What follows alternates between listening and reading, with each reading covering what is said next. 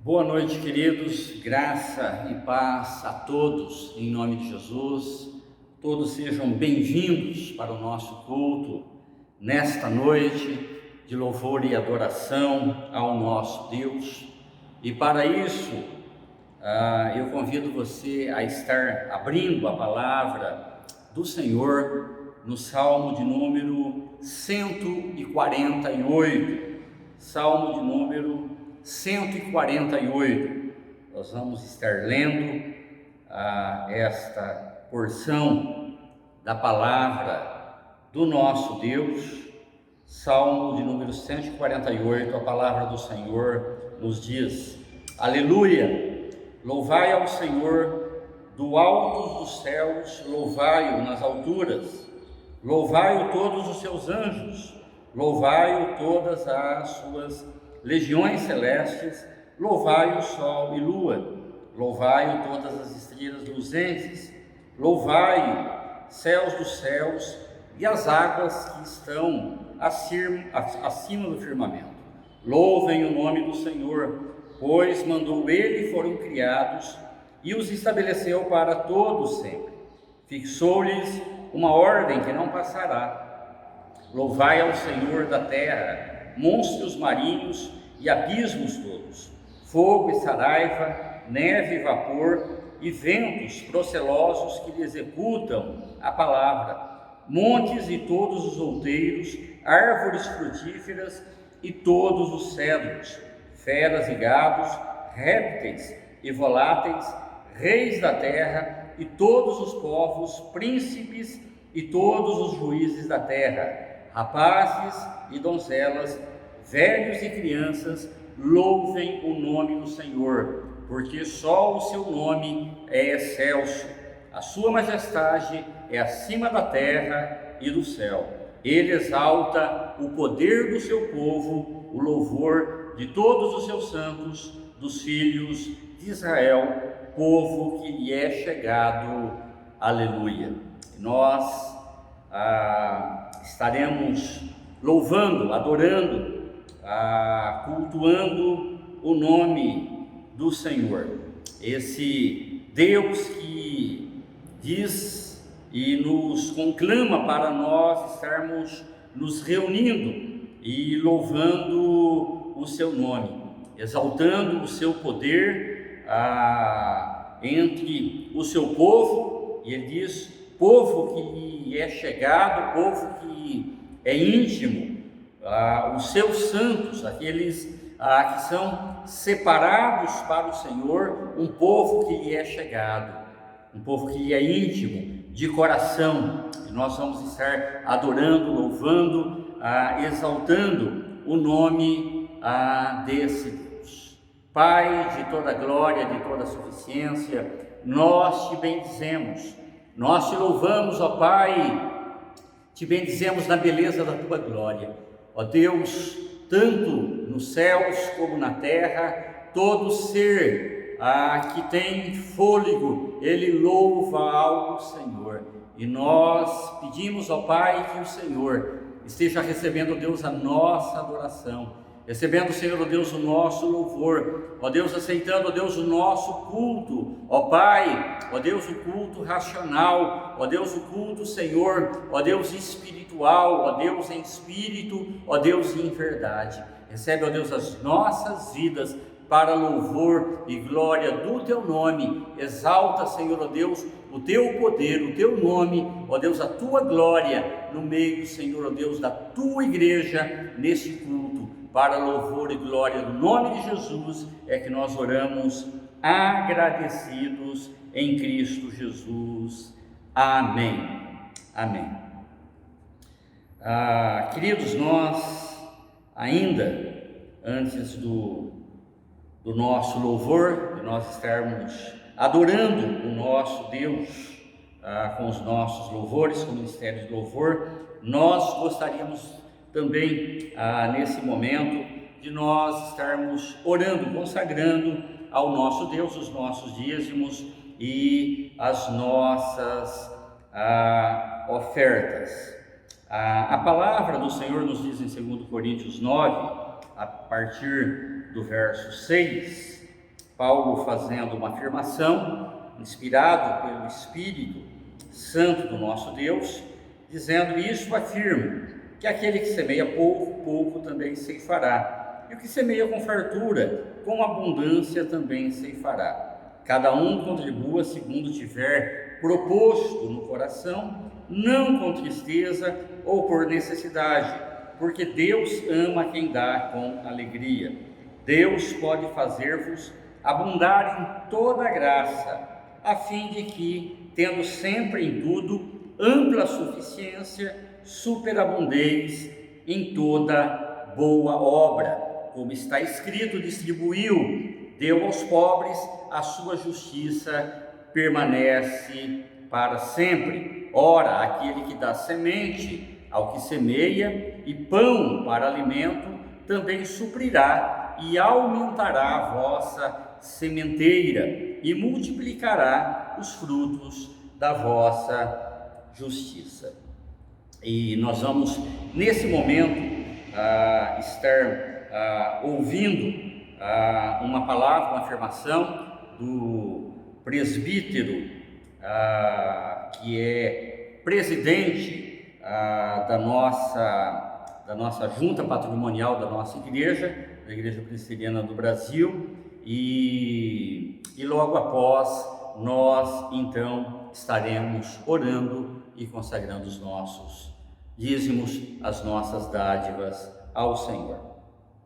Aqui é o José Alfredo, eu sou o tesoureiro da Igreja Presbiteriana do Brasil e quero me dirigir a você que é presbiteriano, que frequenta as nossas igrejas.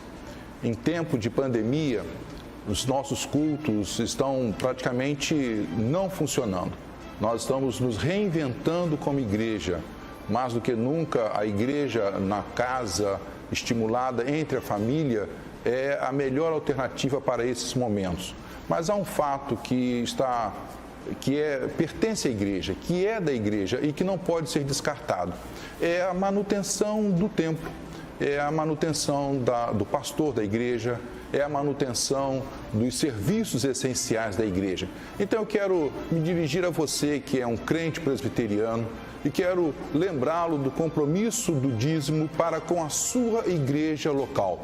Eu lembro que o pastor depende disso, eu lembro que os colaboradores da igreja dependem disso, eu lembro que os missionários que a sua igreja ajuda precisam disso, eu lembro que os serviços essenciais que a igreja usa, tais como água, luz, telefone, mesmo que periodicamente suspensos, eles vão ser cobrados lá na frente. Então é preciso que haja isso. Então eu quero me dirigir a você, lembrar a você desse compromisso do dízimo para com a sua igreja local. Ele é importante, o seu pastor precisa disso, a sua igreja precisa disso. Eu quero deixar com você uma frase que nós temos como lema na tesouraria da Igreja Presbiteriana do Brasil. E essa frase é a seguinte: a igreja cresce na fidelidade dos justos. Seja você um justo fiel e a sua igreja haverá de crescer com pandemia ou sem pandemia para a glória de Deus. Muito obrigado. Consagremos ao nosso Deus. Pai de toda glória, nós te glorificamos, nós te bendizemos. Nós te louvamos, ó Deus, pelo privilégio. Nós te louvamos, ó Deus, pela dádiva, ó Deus, por essa graça, Senhor, ó Deus, revelada, Senhor, ó Deus, a nós, de podermos, ó Pai, estar, ó Deus, contribuindo, de podermos, ó Pai, através daquilo que o Senhor tem, ó Deus, dispensado sobre as nossas vidas.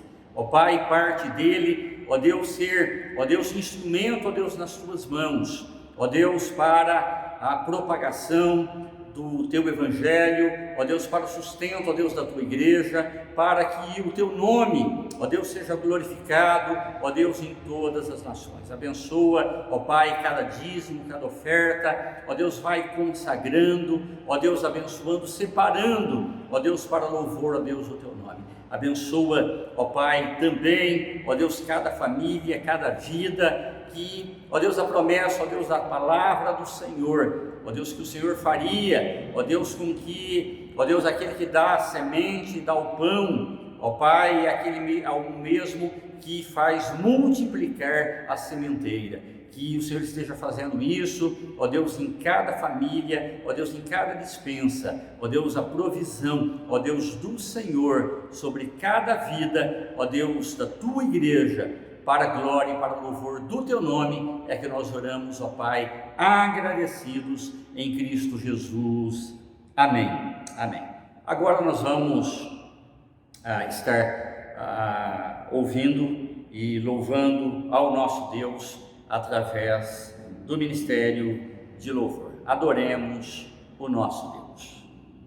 Graça e paz, amada igreja. Louvamos a Deus por nós estarmos aqui juntos novamente, bendizendo ao Senhor. No Salmo 75:1 diz: graças te rendemos, ó Deus, graças te rendemos, invocamos o teu nome e declaramos as suas maravilhas. Nós queremos dar início a esse cântico. É um cântico que fala de gratidão, e gratidão significa das suas palavras, reconhecimento. E aqui nós queremos reconhecer o quanto Deus tem feito nas nossas vidas, o quanto Ele tem agido sobre as nossas vidas, sobre a nossa nação, sobre as nossas famílias e sobre a vida de cada um particularmente. Eu digo, o quanto Deus tem manifestado a grandeza dEle, a glória dEle sobre a minha vida, e o quanto eu sou grata pelo processo que Ele tem realmente feito na minha vida, através da palavra, através da busca de estar cada dia mais junto dEle. E com certeza eu tenho visto quanto Ele tem trazido à luz tantas coisas e revelado a minha vida. E eu creio que também Deus tem revelado a sua vida também dessa forma. Então eu convido você, aí da forma que você está, declarar esse cântico conosco. Em gratidão nós cantamos a Ti, Senhor.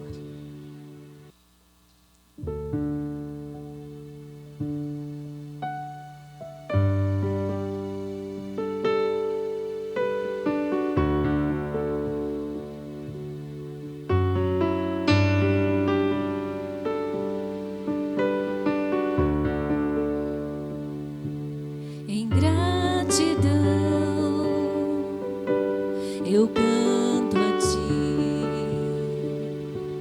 com coração, venho adorar, minha alma está bem junto a Ti, és meu Senhor, meu Salvador.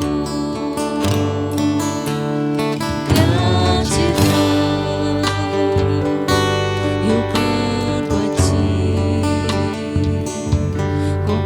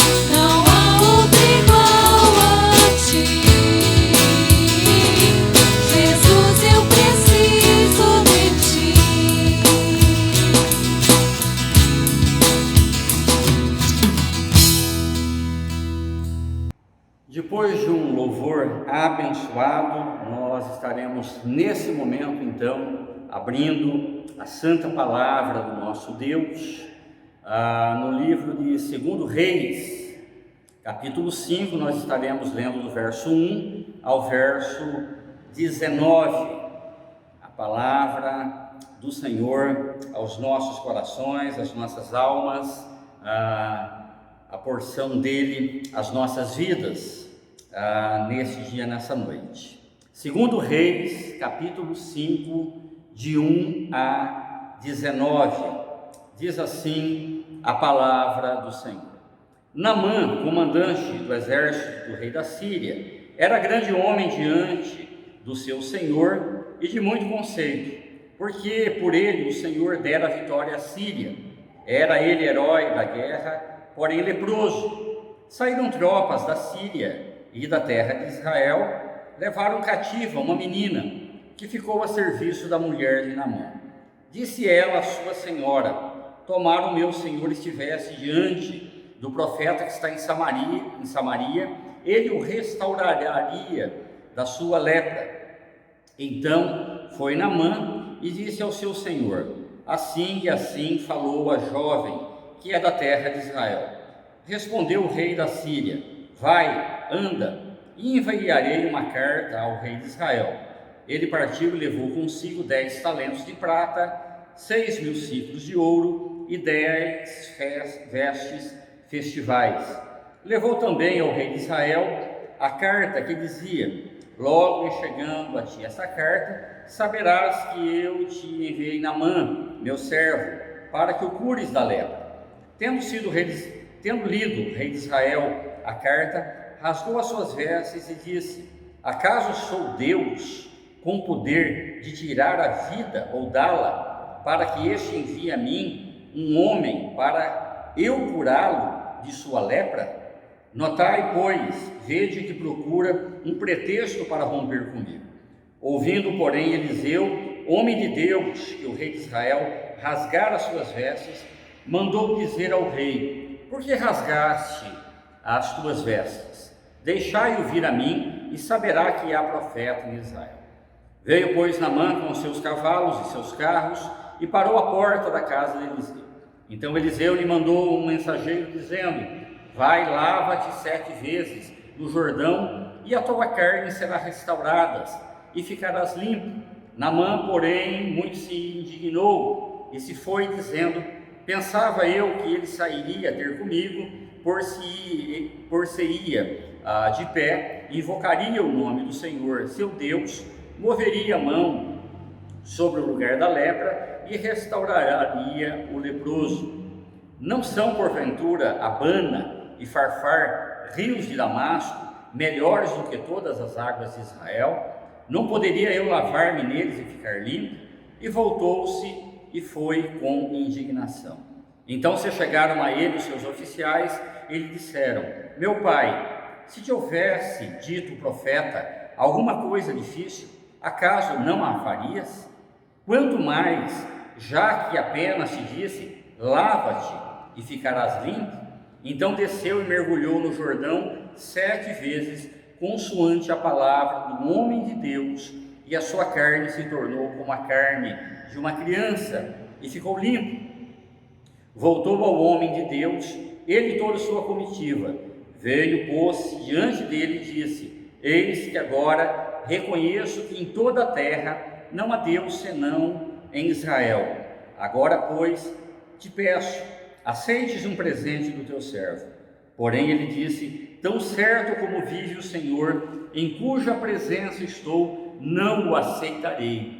Estou com ele para que o aceitasse, mas ele recusou. Disse Naamã: se não queres, peço-te que ao teu servo seja dado levar uma carga de terra de 2 mulos, porque nunca mais oferecerá este teu servo holocausto em sacrifício a outros deuses, senão ao Senhor. Nisto perdoe o Senhor a teu servo, quando meu senhor entra na casa de Rimom para lhe adorar, e ele se encosta na minha mão, e eu também me tenha de encurvar na casa de Rimom. Quando assim me prostrar na casa de Rimom, nisto perdoe o Senhor a teu servo.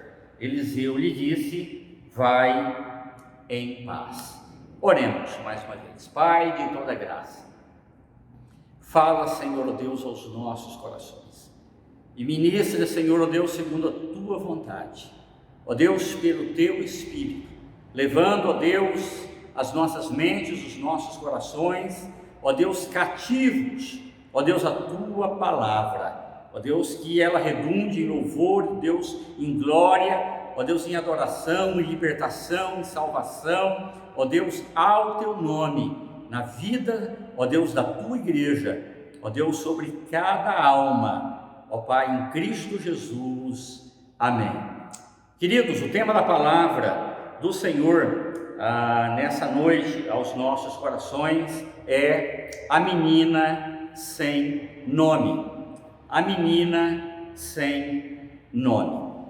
E o texto, a história, né, essa história que nós acabamos de ler, ela é impressionante e é a história que fala de uma menina que não tem nome, uma menina sem nome. O pastor Valdir Stornagel,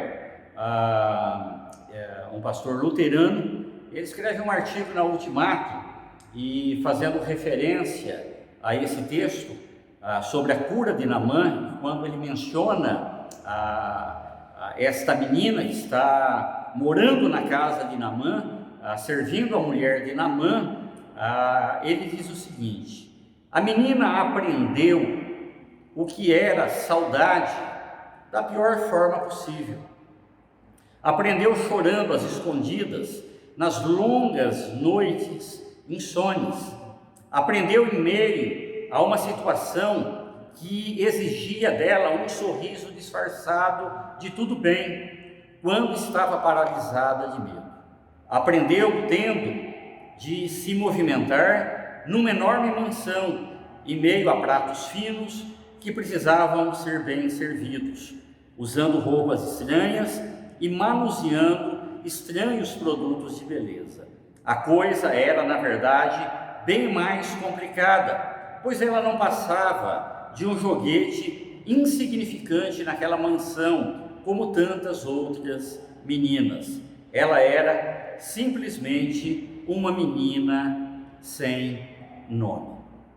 E quando nós olhamos para esse texto, o que nós, olhando, nós sabemos desta menina?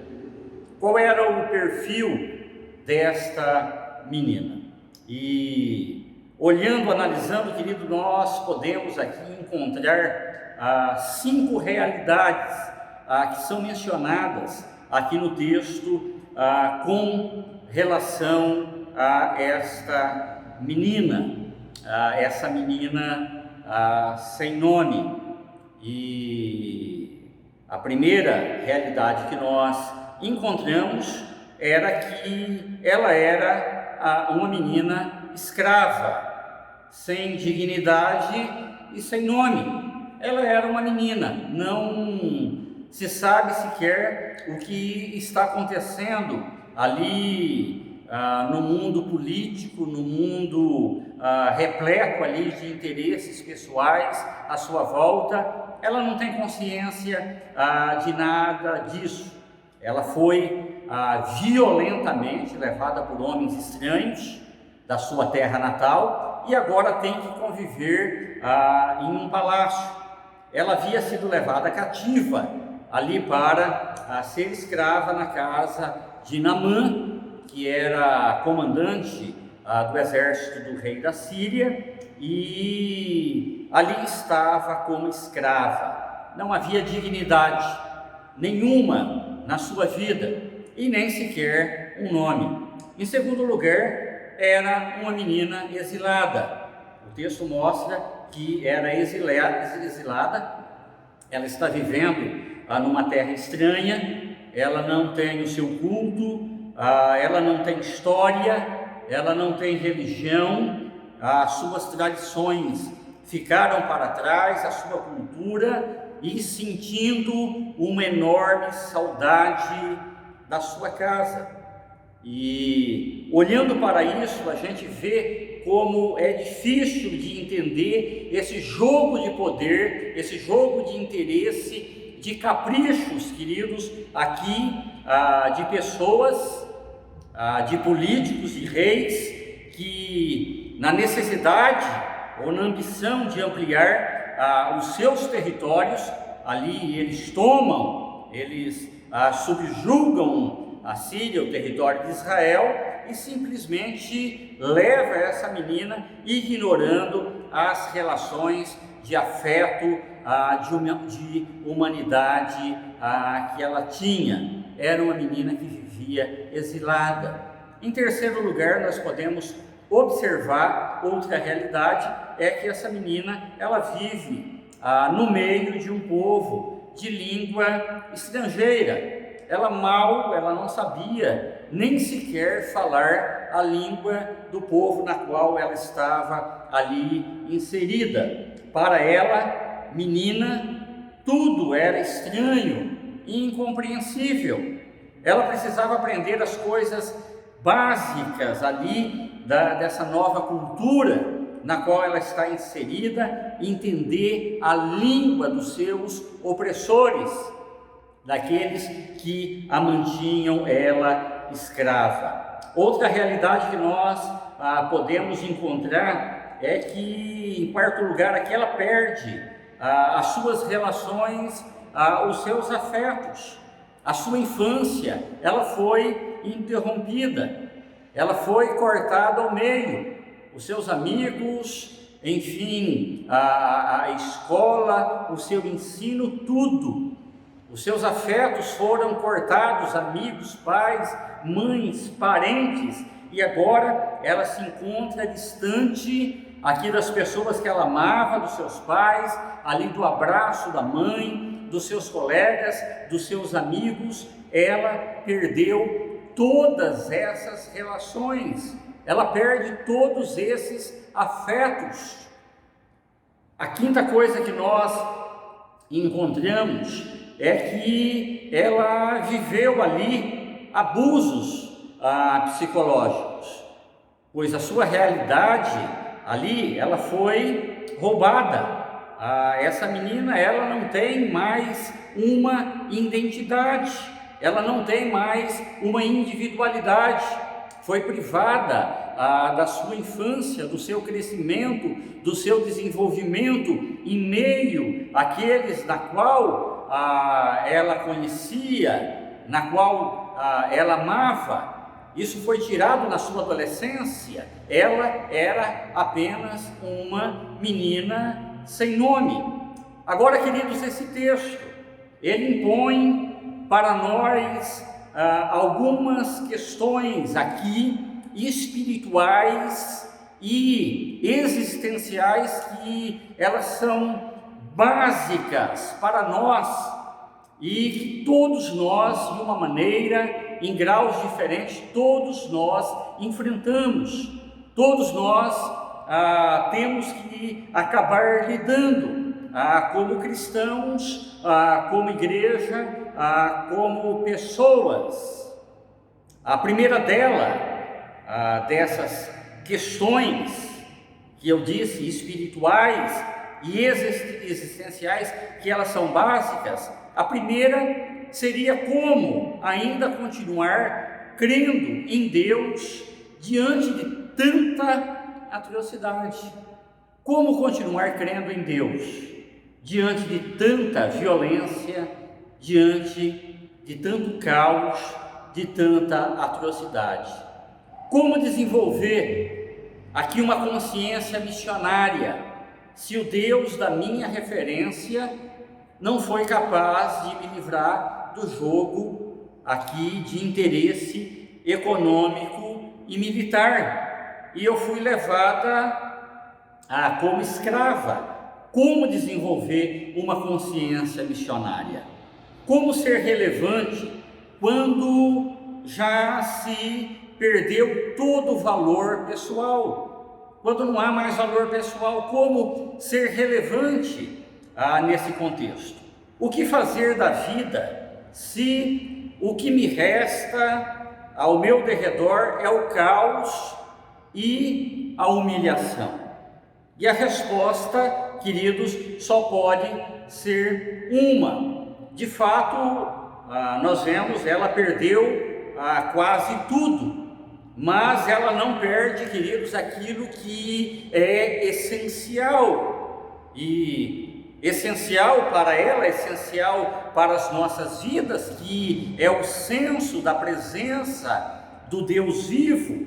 O ponto nevrálgico aqui da sua existência, da existência dessa menina sem nome, ele foi mantido. Ela não perdeu o senso real de um Deus real, de um Deus vivo. Ela tinha consciência do poder de Deus, o poder de Deus dos seus pais, o Deus da aliança, o Deus que fez a aliança ali com Abraão, o Deus que diz: eu não te deixarei, nem te abandonarei, o Deus que se revela, o Deus verdadeiro, o Deus da circuncisão, o Deus da aliança com o seu povo. E por isso ela teve coragem de testemunhar.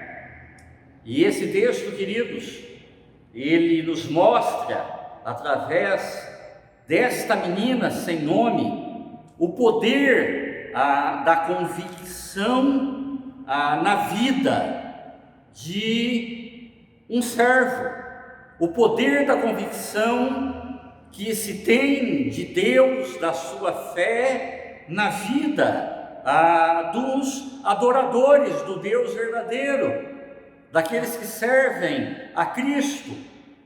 Nós vemos aqui, em primeiro lugar, que pessoas, exatamente como essa menina, com clara convicções com relação à sua fé, ao seu Deus, à sua existência, elas verbalizam a sua fé. Nós vemos isso no verso 3, ali, quando ela disse ela à sua senhora: tomara o meu senhor estivesse diante do profeta que está em Samaria, ele o restauraria da sua lepra.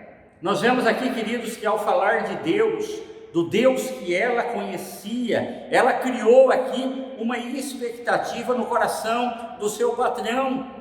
Ela fala do Deus verdadeiro, do Deus único, do seu Deus, e ela começa a criar essa expectativa no coração do seu patrão.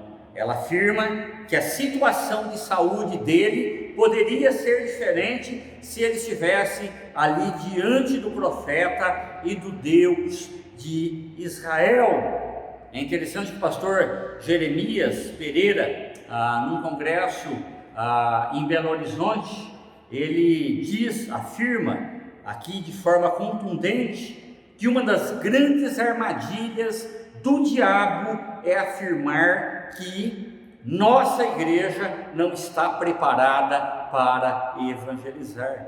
Queridos, quando nós analisamos o Novo Testamento, nós olhamos para a palavra, nós vemos que o novo convertido, tão logo ele se convertia, ele nascia de novo, ele era regenerado, ele saía pregando, ele saía testemunhando, ele saía anunciando a Cristo, a sua nova vida em Deus. Não só o modo de vida, não calado, dizendo é somente o meu modo de vida, é só através das minhas atitudes, calado, não, mas sair anunciando, proclamando, pregando, falando aquilo que Deus ele realizou, aquilo que Deus ele fez na sua vida, na sua existência. Assim foi, nós vemos com o endemoniado gadareno, no momento em que ele é liberto, no momento que ele recebe a restauração, a salvação do Senhor Jesus, ele quer seguir a Jesus, e Jesus diz: não, você vai voltar à sua família, ao seu povo, na sua vila, e anunciar aquilo que Deus ele fez. E diz que esse homem, ele volta, ele vai em meio aos seus, à sua família, ele vai em meio ao seu povo, e ele prega, ele anuncia, ele não somente testemunha a libertação, que agora ele está liberto, ele está consciente, ele está em paz. Não, ele proclama, ele fala, ele conta, querido, aquilo que Deus ele fez. E a convicção pessoal dessa menina aqui, ao verbalizar, ao falar da sua fé, ela traz ali esperança, alento e, sobretudo, anseio no coração de Naamã, no coração desta mulher, o anseio pelo conhecimento do Deus verdadeiro. Um homem que adorava a Rimon, um Deus pagão, mas nesse momento, quando na sua convicção ela verbaliza a sua fé, esse anseio pelo conhecimento do Deus verdadeiro, ele é gerado no coração deste homem. Em segundo lugar, nós vamos ver aqui que pessoas como esta menina, com clara convicção, são pessoas que são eficientes em contrastar o vazio dos falsos deuses com o Deus verdadeiro. Ela chega para aquela mulher e ela diz, e ela conhecia, ela sabia do Deus Rimon, o Deus que eles serviam, e ela diz: olha, o Deus que eu sirvo, o Deus que eu conheço, o Deus de Israel, o Deus do meu profeta, é um Deus diferente, é o Deus único. E é interessante observar que quando ela fala do Deus de Israel, do Deus único, este homem que é idólatra, este homem que é pagão, não hesita em sair em busca, em sair ao encontro do Deus verdadeiro, do Deus de Israel, de Yahvé, queridos. Isso nos mostra que muitas pessoas, famílias, queridos, que vivem no paganismo, que vivem adorando ídolos, vidas com um vazio na alma, elas vivem assim porque eles, esses ídolos, esses seus deuses pagãos, esses deuses não podem trazer uma resposta para as suas vidas. Muitos estão buscando respostas espirituais em tantos lugares, mas não sabem, queridos, onde encontrá-las. E quando ouvem falar do Deus verdadeiro, do verdadeiro Deus, elas não hesitam em mudar a trajetória das suas vidas. Muitas vezes nós dizemos: é difícil, é complicado, é duro, é insensível, isso não vai acontecer, mas é exatamente ao contrário daquilo, queridos, que a palavra de Deus ela nos diz, que quando elas ouvem, que quando é testemunhado a respeito do Deus verdadeiro, o Deus único, do Senhor de toda graça, elas não hesitam em mudar a sua trajetória. E nós vemos ali que Naamã, ele se desloca ali da Síria para Israel com uma expressiva ali comitiva. Era uma viagem de cerca de 10 dias. Ele caminha durante 10 dias, queridos, a cavalo. Mas quando ele ouve falar de um Deus real, de um Deus verdadeiro, nós vemos ali que não há dificuldades, não há nada difícil, nada lhe pareceu caro, nada lhe pareceu pesado, nem distante, queridos. Nós vemos isso quando os magos do Oriente se deslocam ali no nascimento de Jesus. Não há distância, não há impedimentos, quando movidos ali pelo Espírito da graça, pelo Espírito de Deus, eles vão até Jesus para ali adorar o Deus verdadeiro, o Deus de toda a glória. Nós vemos aqui também que pessoas como essa menina, queridos, essa menina sem nome, pessoas com uma clara convicção da sua fé, do seu Deus, elas podem ser privadas da liberdade de ação. Ela estava presa, ela estava no cativeiro, ela estava limitada, mas não perdem as suas convicções interiores. Está lá dentro, está lá no coração, está lá na alma. E o cativeiro, o aprisionamento, a distância, a limitação de ação não faz com que ela perca essa convicção interior. E é assim que essa menina sem nome, queridos, ela se comporta. Essa menina que perdeu ali a sua infância, ela perde a sua liberdade, mas não perde a certeza da sua fé. Este é o poder da convicção. Nada pode nos afastar do amor de Deus que está em Cristo Jesus.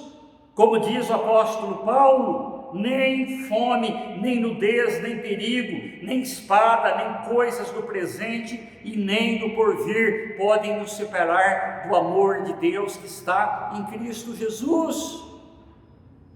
Nada, nem o exílio, querido, para essa menina, muitas vezes a fome, o perigo, a espada, as privações, as contrariedades, as dificuldades, o medo, nada do presente ou do porvir fez com que ela perdesse a sua convicção interior.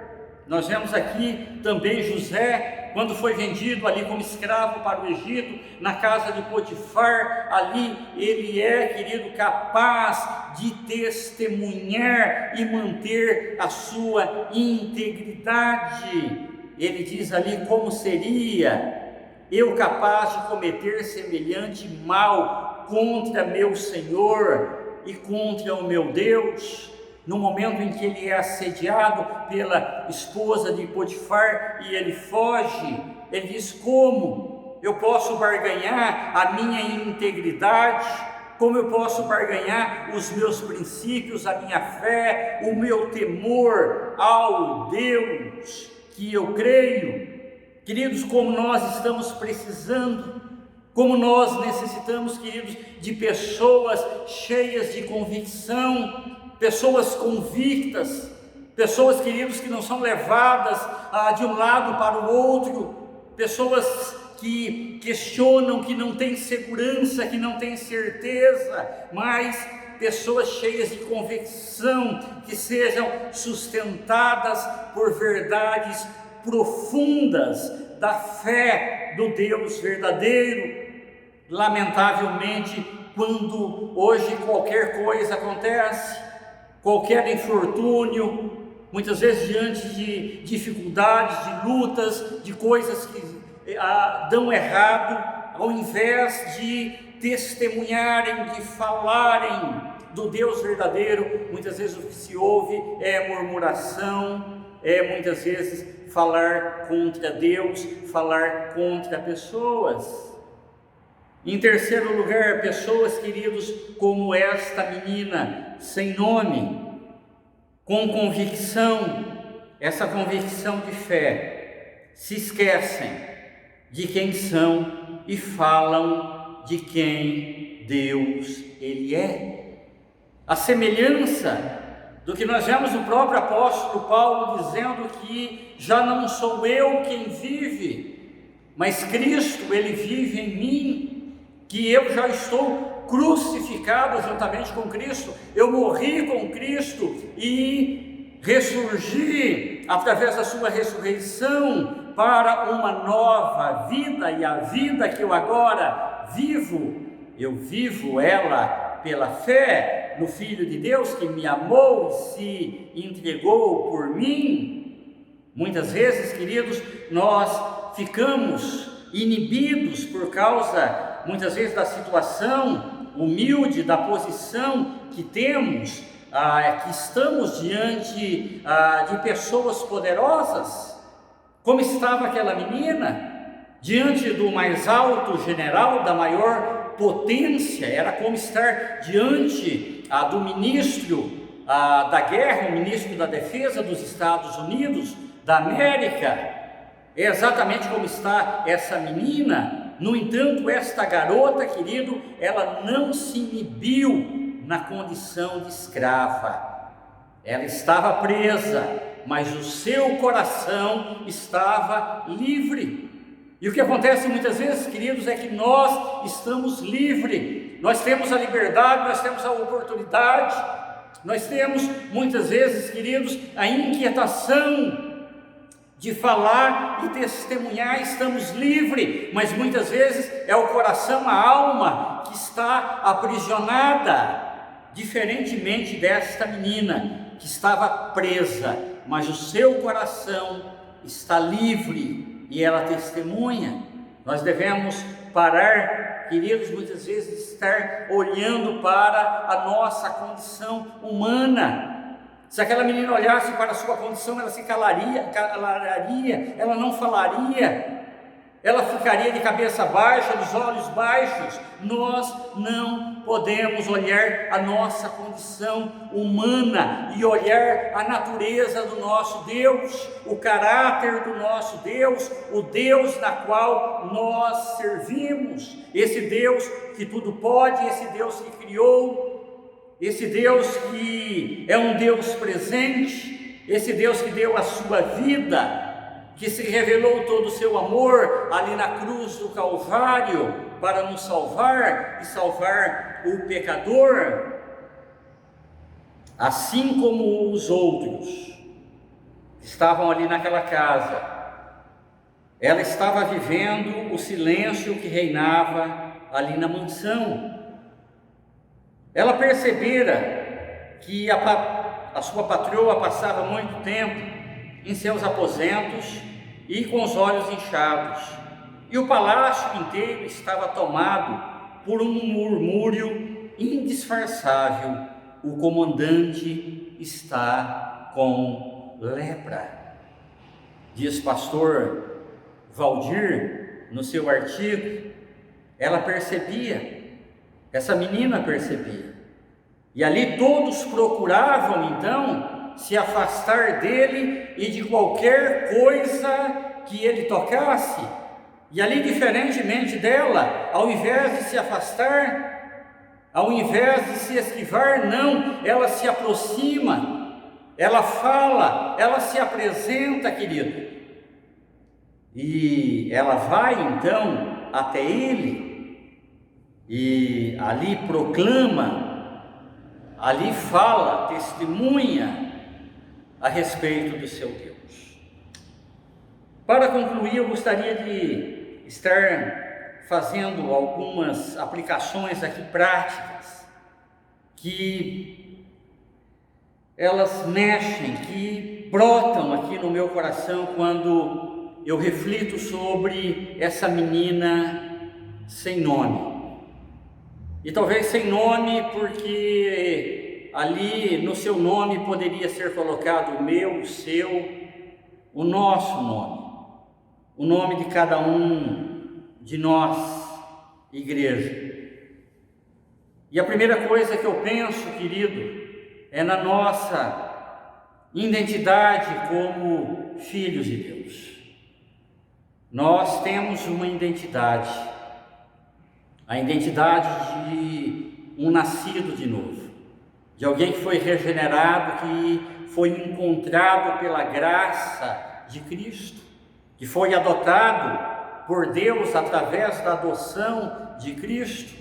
E temos agora a marca de Cristo, temos a esperança da salvação. Agora nós temos um Pai, e esse Pai não é mais o Pai das trevas, não é Satanás, o diabo, na qual nós vivíamos acorrentados na coleira de Satanás, mas agora nós temos o nosso Abba Pai, o nosso Pai celestial, o nosso Pai de luz, o nosso Pai de graça. E a primeira coisa que brota no meu coração aqui, queridos, é que nós não percamos a nossa identidade, que nós mantenhamos a nossa identidade viva. E isso implica em tudo na nossa vida, como implicou na vida dessa menina. Ela não perder a sua identidade em Deus, implicou em todo o seu futuro, em toda a sua vida. E nós não perdermos a nossa identidade como filhos de Deus vai implicar em tudo aquilo que nós fazemos e em tudo aquilo que nós temos convicção de que nós somos. Nós podemos perguntar por que nós estamos vivendo nessa cidade e não em outra, como aquela menina sem nome poderia estar perguntando.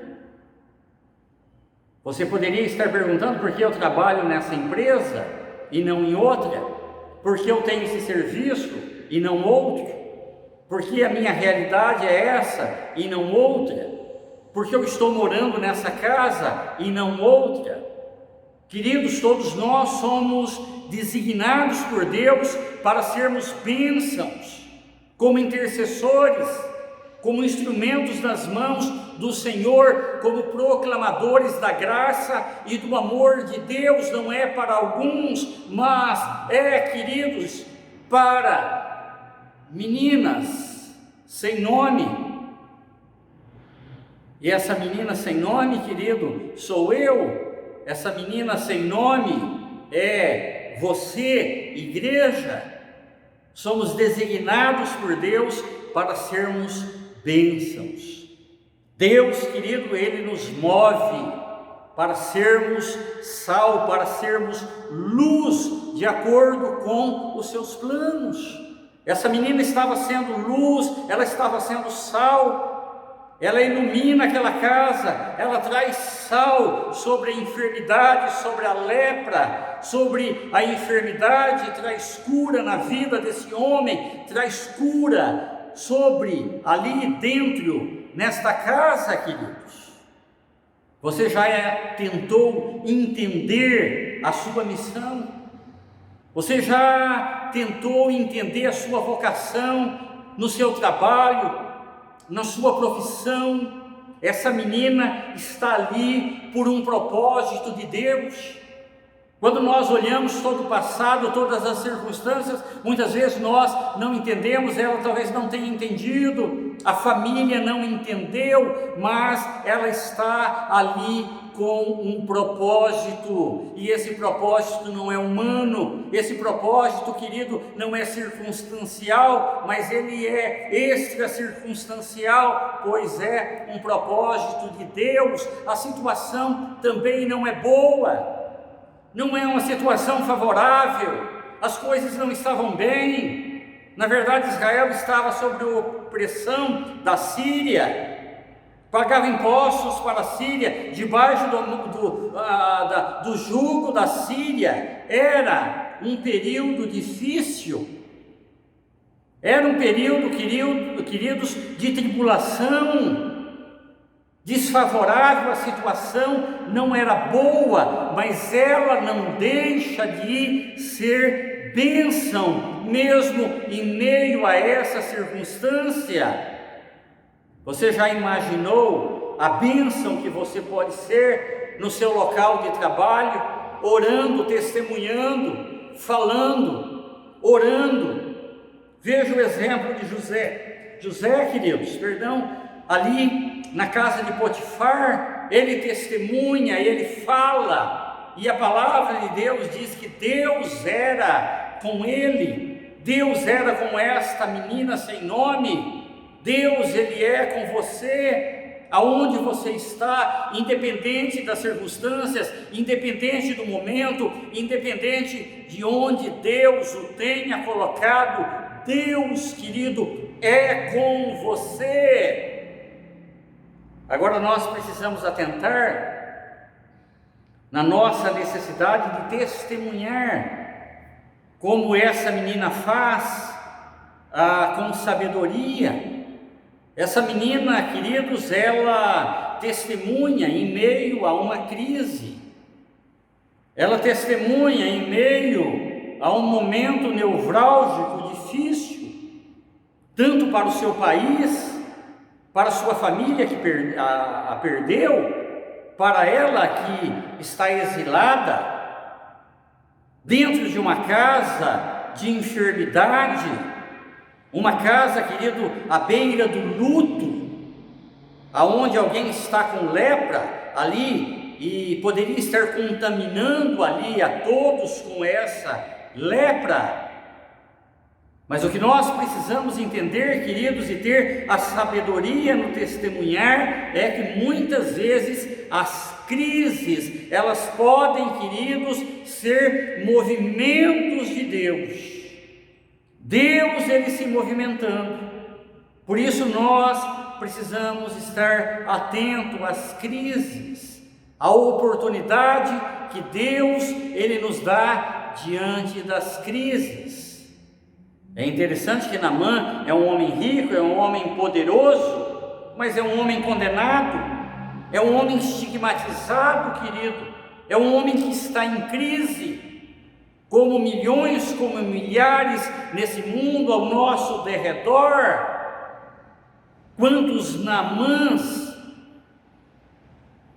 ricos, poderosos, cheios de orgulho, cheios de si mesmo, cheios dos seus deuses, mas condenado, em crise, a família, querido, deprimida. E ali diz que num determinado dia este comandante, ele notou manchas ali na sua mão, diz o pastor Valdir. O médico deu o terrível diagnóstico: lepra. O mundo do comandante de toda a terra ruiu. Para ele, essa lógica, ele não estava preparado. Com essa lógica, querido, ele não sabia lidar. O comandante estava desarmado, diz o pastor Valdir. E a Bíblia, a palavra de Deus, querido, ela nos exorta a nós aproveitarmos cada oportunidade, de nós estarmos aproveitando cada momento para estarmos apontando para o Deus que pode solucionar, o Deus que pode intervir, o Deus que pode, querido, transformar toda crise. O Deus que pode trazer cura, o Deus que pode trazer restauração, o Deus que pode intervir na história, no momento, na circunstância, o Deus que pode e faz maravilhas. E por último, precisamos também ter fortes convicções de fé. Essa menina, queridos, ela faz algo arrojado, aqui desafiador, algo inusitado, inesperado, pois ela tem aqui convicções claras, profundas, do Deus que ela conhece, do Deus que ela crê. Ela sabe quem é o seu Deus, ela conhece o seu Deus, ela tem intimidade com o seu Deus. E queridos, como nós temos tido tão muito poucos testemunhos ousados nos nossos dias, porque poucos, queridos, creem ousadamente. Não há ousadia no crer, não há ousadia no testemunhar, porque não creem com ousadia. Mas essa menina crê com convicção, com ousadia, e isso a leva a falar, a proclamar, a anunciar o seu Deus. Nosso testemunho, querido, traz renovação de vidas. Como trouxe renovação nessa casa, testemunhar a Deus é estarmos anunciando a possibilidade de uma nova vida, de uma vida nova, de um novo caminho, de uma nova existência, querido, em Deus, em Cristo Jesus. Você já imaginou o impacto aqui desses fatos sobre a vida daquela casa? Aquela casa com enfermidade, aquela casa com tristeza, aquela casa desabando, queridos. Nosso testemunho, querido, ele gera conversões. Depois ali, diz a palavra, de ter a experiência com o Deus de Israel. Naamã, ele declara ali, publicamente, diante de todos que estavam ao seu derredor, ele diz: agora reconheço que há somente um Deus verdadeiro, e esse Deus é o Deus de Israel, é o Senhor Jesus, é o Deus da graça, é o Deus da glória. Isso é confissão de fé. Eu reconheço agora que há um só Deus, o Deus verdadeiro, e eu conhecia esse Deus, eu reconheço. E ele proclama, querido, não é mais Rimon, não é mais o seu Deus pagão. O nosso testemunho, querido, ele engrandece o nome de Deus e ele gera a conversão dos deuses pagãos para o Deus vivo e verdadeiro, para o Senhor Jesus. Agora o rei vai saber que há um Deus verdadeiro. Nós vemos ali que os soldados que estavam com ele agora sabem que há um Deus verdadeiro. Os deuses falsos serão destronados. Não dá mais para seguir as entidades. Aqui diz Naamã, queridos. E ali, como ele não poderia ficar ali em Israel, servindo Deus de Israel, ele leva ali como símbolo de Israel, ele pede 2 sacos de terra para colocar ali nas mulas e levar ali. E quando ele for adorar ao Deus verdadeiro, ele quer estar diante, ele quer estar sobre aquela terra, a terra que simboliza a terra desse Deus, do Deus verdadeiro, do Deus da glória, o único Deus, o Deus que ele vem a conhecer através da menina sem nome, queridos. Quantos Naamãs, queridos, ao nosso derredor? Quantos Naamãs nas nossas famílias? Quantos Naamãs, queridos, na nossa sociedade? Mas o que nós precisamos, queridos, é que meninas sem nome, meninas que a sua identidade agora está em Deus, não mais eu vivo, mas Cristo vive em mim, que agora pequenos cristos, pequenos cristãos evidenciem a glória, o nome do Senhor através das suas vidas, através do proclamar o Evangelho, de proclamar as boas novas de salvação a esses Naamãs, essas meninas sem nome, possam ser reconhecidas como servas do Deus Altíssimo, o Deus de toda glória, o Deus Todo-Poderoso. Que Deus possa abençoá-lo e fazê-lo esse instrumento, que você possa, querido, ser essa menina sem nome a cada dia, aonde você estiver, para que o nome do Senhor Jesus, ele seja glorificado. Nós vamos estar adorando ao Senhor com mais um cântico, e enquanto nós estivermos adorando, cantando, né? Esteja aí orando. Gostaria que você estivesse orando aí juntamente com a sua família, nesse momento. Enquanto adoramos, você aí ora, consagrando, né? Colocando a sua vida diante do Pai. Você, menina sem nome, em nome do Senhor Jesus. Vamos adorar. Oremos ao nosso Pai.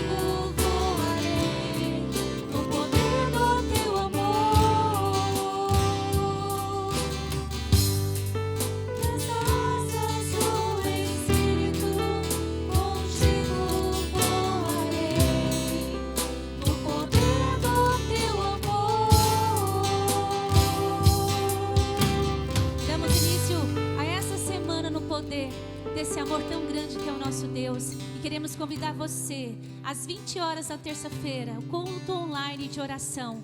Venha participar conosco. Estaremos ali orando pela sua família, estaremos ali orando pela nossa nação, estaremos orando pela nossa cidade, em nome de Jesus. Tenha uma semana abençoada, cheia da graça de Deus, em nome de Jesus. Amém. Deus abençoe.